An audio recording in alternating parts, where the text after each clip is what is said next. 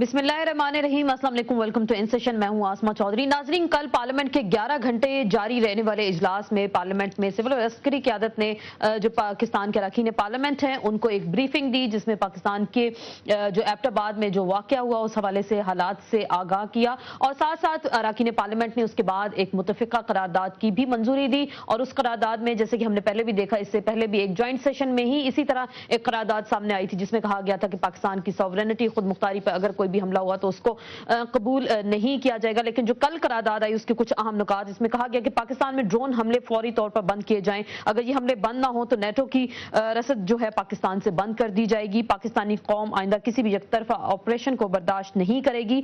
एटमी असासों के खिलाफ किसी भी कार्रवाई का भरपूर जवाब दिया जाएगा। अमरीका के साथ दहशतगर्दी की जंग के हवाले से कवायद व ज़वाबित पर नजरसानी की जाए। वज़ीर आज़म और अपोजिशन लीडर की मशावरत के लिए एक आज़ाद कमीशन की तश्कील दिया जाए जो वाक़यात की तहकीकात करेगा और जिम्मेदारों का तयन करेगा और यकीन दहानी कराएगी कि आइंदा इस किस्म के वाक़यात से निमटने के लिए सिफारिशात भी पेश करें। लेकिन इसके साथ साथ जो हम जिक्र करें, 22 अक्टूबर 2008 को भी इसी तरीके से एक करारदाद मंजूर की गई थी जिसमें पाक फौज पे भी भरपूर हमायत का ऐलान किया था। कल के इस इजलास को पाकिस्तान की तारीख का एक अहम संग मील करार दिया जा रहा है और कहा जा रहा है कि ये इजलास बहुत ही अहम नौयत का था। लेकिन सवाल ये पैदा होता है कि जो पार्लियामेंट ने करारदाद भी मंजूर कर ली, ब्रीफिंग दे दी, इसके बाद क्या ड्रोन हमले जो है रुक जाएंगे? क्या पाकिस्तान की खुद मुख्तारी पर इसी तरह के अटैक जो है दोबारा से नहीं होंगे? क्या इस करारदाद के मतन पर हुकूमत और फौज अमल कर पाएगी या इसका हाल भी जैसे हम पहले जिक्र करें 22 अक्टूबर 2008 वाली करारदाद जैसा होगा? क्या वाकई अस्करी क़यादत एहतसाब के लिए संजीदा है या सिर्फ वक्त गुजारी के लिए ये कहा गया है? इस करारदाद में अमेरिका से यकतरफा ऑपरेशन और पाकिस्तान की सरहदों की पामाली पर माफी का मुतालबा क्यों नहीं किया गया? इसके साथ साथ ये सवाल भी उठाया जा सकता है कि क्या इस हवाले से कोई लाहे अमल तरतीब दिया गया है कि अगर पार्लियामान की 3 साल में दूसरी बार सिफारिशात पर अमल ना किया गया तो हुकूमत और अस्करी अहकाम का एहतसाब हो पाएगा?